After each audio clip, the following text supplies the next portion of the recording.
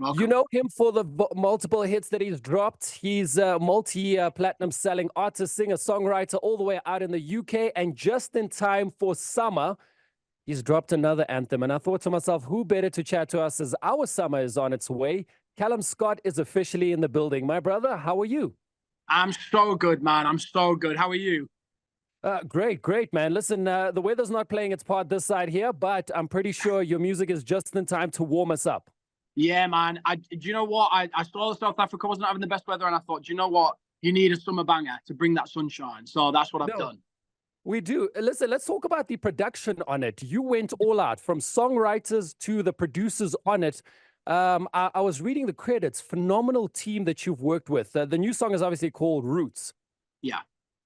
Yeah, we pulled a great team together, man. We when we were writing for the third album, we just wanted to sort of pull the best, the best in the business that we could get our hands on. And the good thing about this is my mission is always to make people cry. Always will be, always has been.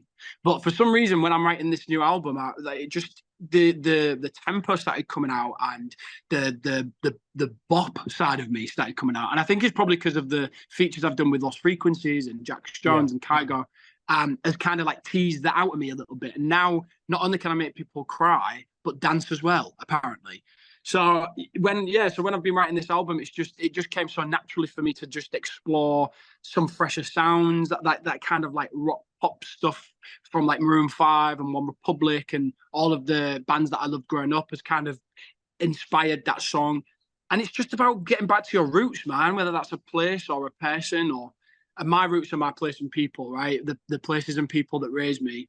And I'm out on tour. I've been on tour now for months with Mr. Sheeran. Yeah. So this song's kind of come at a really great time. It connects me to my roots and just makes people dance. I love it. I love it so much. Was he one of the first people that you let hear the song, or because there's possibly a chance that he might have said, "Listen, Callum, give me the song. I want it."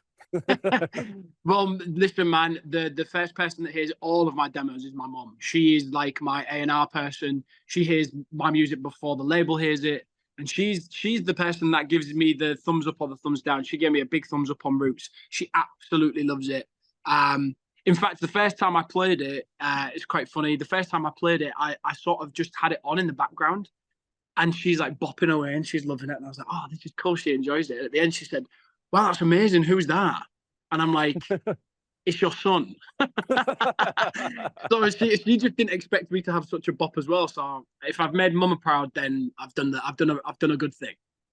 No, indeed. Listen, you've been busy over the past couple of months. Not only brand new music that you've dropped, you've also worked on the soundtrack to the brand new Garfield movie. I grew up loving Garfield. I'm pretty sure you loved it as well.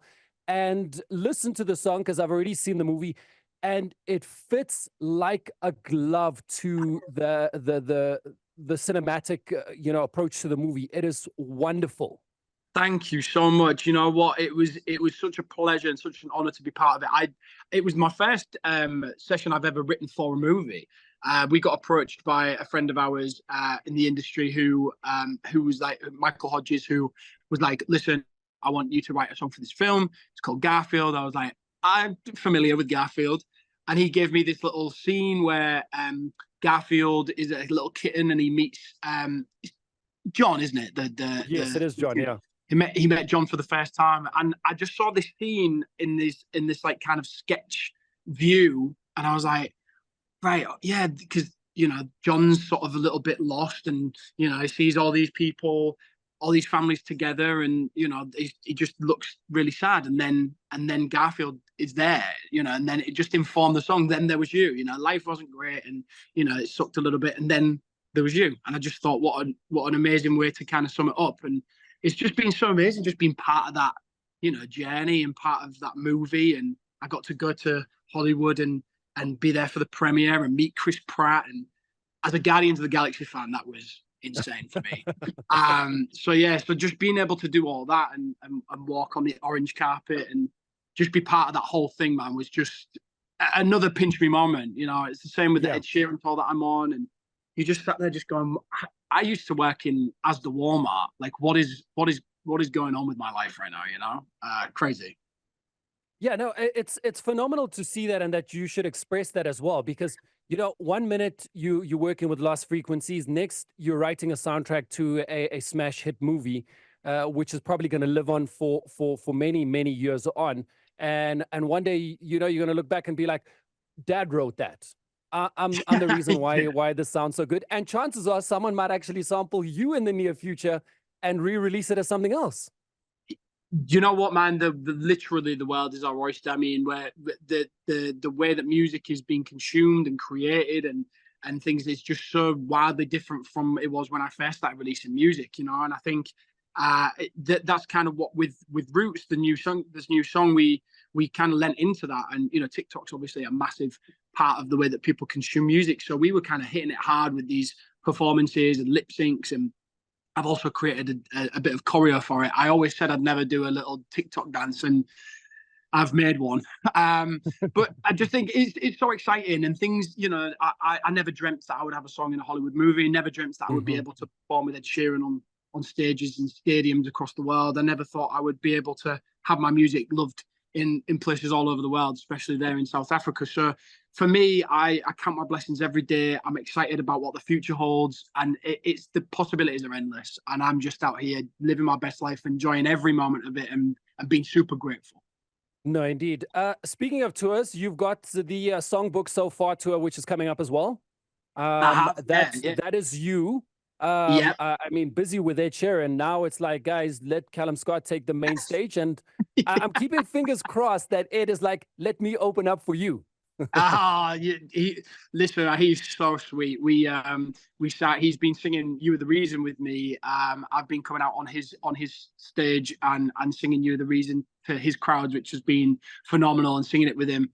And yesterday I changed the lyric and I said, "Ed Sheeran's the reason," and he gave me this lovely cuddle, and he was like, "Oh man, that was so lovely. Thank you so much." So who knows? We're building a lovely little friendship. Who knows what the future might hold? But it's just such an honor playing with him and opening up for his crowds and having these wild opportunities to perform in these stadiums. But there is nothing like my own fans, and that's why I'm so excited about the Songbook So Far show. That's been so amazing in Europe. We're taking that to America, and don't worry, I haven't forgotten about South Africa. I have been working my backside off on this third album, and as soon as I release it, there'll hopefully be news of a world tour, and I will definitely be coming back to South Africa. And one thing I can say for sure is that when I come back, my shows are going to be bigger than ever. That's all I can say. Well, listen, we're ready to fill up stadiums. We are ready. We are ready. Yeah. We are definitely ready, man. So yeah, good to see this. I mean, listen, the progress and the work that you've been putting in has definitely been speaking volume. And to think we're only 6 months into the year thus far, we'll call it 7 now. It's just it's mental. I mean, for me, it felt like it's gone by like that. But I mean, I'm out here doing things I love, working with Ed and all these things. But where it's flown by, we're already in July. It is just unreal how time is flying. And that's one thing I want to say about Roots as well is a nice little segue back into our music there. You tell I've had some media training, but that's the one thing I want to say with Roots is that song. It's only 2.5 minutes, but it's something that hopefully sort of centers you back to the people or the places or the feelings that you have, those little nostalgic moments that you keep in your noggin. Just when you play that song, just live in that. You know, it's only 2.5 minutes, so just enjoy it. Forget about your troubles and forget about the worries you have in the world for just those 2.5 minutes. Just enjoy, immerse yourself, and then just stick it on repeat. No, definitely. Look, I see it as possibly being a guaranteed #1 in the next coming weeks on the 947 Sub 40. It's a hot jam. You know, you never underdeliver. When you say it's going to be a banger, it's going to be a banger. Whether it makes us cry, laugh, smile, or whatever it is, it delivers every time. And I mean, I've been listening to this since Friday, and I thought to myself, you know what? It's got that thing, that happy vibe. You know, it grabs you and holds you. The only thing I got to ask, Calum, was we've gotten into a era where music is now a lot shorter. Yeah. Do you ever end up in studio and say to yourself, I want a 4-minute or a 5-minute song? Or is it just become, I'm sure we can deliver this punch within 2 minutes and 40 seconds? It's difficult, man, because like, you know, if I get into the studio, I want to lean with my heart. I don't want to be thinking, oh, is this going to be radio friendly? Should we make it 3 minutes? Should we remove a chorus so that it's snappier? Like, I just want to lean in with my heart. And sometimes I've written songs that have been 5.5 minutes long with a beautiful string section at the end, and I just go, wow, that's incredible. But I think, you know, to some extent, you got to play the game a little bit. You got to be able to facilitate how music is listened to, right? And as much as I think people would love to hear a 7-minute ballad from me, I know the stations have their need to have a short and snappy. So I think for me, I definitely on my album, I'm doing both of those things. I am creating things that are snappy and short and quick and punches you with a beautiful bop. And then I'm doing these songs that takes you on a journey, and it might be a 5-minute song, it might be 4.5 minutes. It's something that has been crafted and it's not been tampered with or messed with. It's just in its purest form. So don't worry. I definitely am not veering from the path too much, and I'm not just going to do songs for TikTok. I can tell you that. All right. That's exactly what I wanted to find out, because I mean, I grew up in the era where songs were 5, 6, 7, 8 minutes long. And you know, I get told, listen, you know, the reality is we got to make them short. So social media, you know, TikTok, the rest. But you know, if you're gonna do it on your album, definitely looking forward to it. So that is something that 100%, man, 100%. I mean, look at Bohemian Rhapsody. You know what I mean? It's like exactly. Everybody loves that song, and that's like a 7-odd minute song. But it's I've got to. I think that as an artist, there's some things that you have to stand your ground with, and you have to say, no, I can't compromise myself on that. And as much as Roots is amazing, I love it so much, there are songs on the album and songs that I'm hoping to release as singles that are a little bit longer, do have that kind of, you know, story, because I don't want to give up on that. That's kind of, I mean, look, you are the reason. Same example, just something that it's a storytelling kind of thing, and I don't want to give up on that song. You don't have to worry. Now, with the album, finally, do we have a date? Do we know when? Have you got something in mind? I would love to release an album this year, but I just look at my diary and I just think Mr. Sheeran has not left me much time to complete my album. And that's fine. I'm totally happy with that. So I think I'm looking to try and finish it this year. I don't want to keep people waiting too long. So I'm hoping to release early next, and that hopefully will come with news of a world tour as well. So you're not getting rid of me that easy. No, listen, we'll wait. We'll definitely. I mean, you're teasing us. You're giving us the singles. We're getting the music. We're loving it. To get a full body of work would be absolutely amazing. And look, and I always say, don't rush it. Take your time with it. When you know it's ready, it's ready. 100%, man. You gotta. I said this to my producer the other day. These are songs that I need to be able to stand behind and sing for the rest of my life. You know, so I've got to make sure they're right. I've got to make sure that they've got integrity. And some of these songs, man, I've dug really deep for. I feel like I'm in the best place I could possibly be as a singer and songwriter. I'm absolutely loving everything I'm doing. I'm able to be creative, and I'm able to dig deep. And I feel like there's some songs on this album that are going to blow people away. So I very, very excited for people to grab that, and hopefully it won't be too much longer as well. Indeed.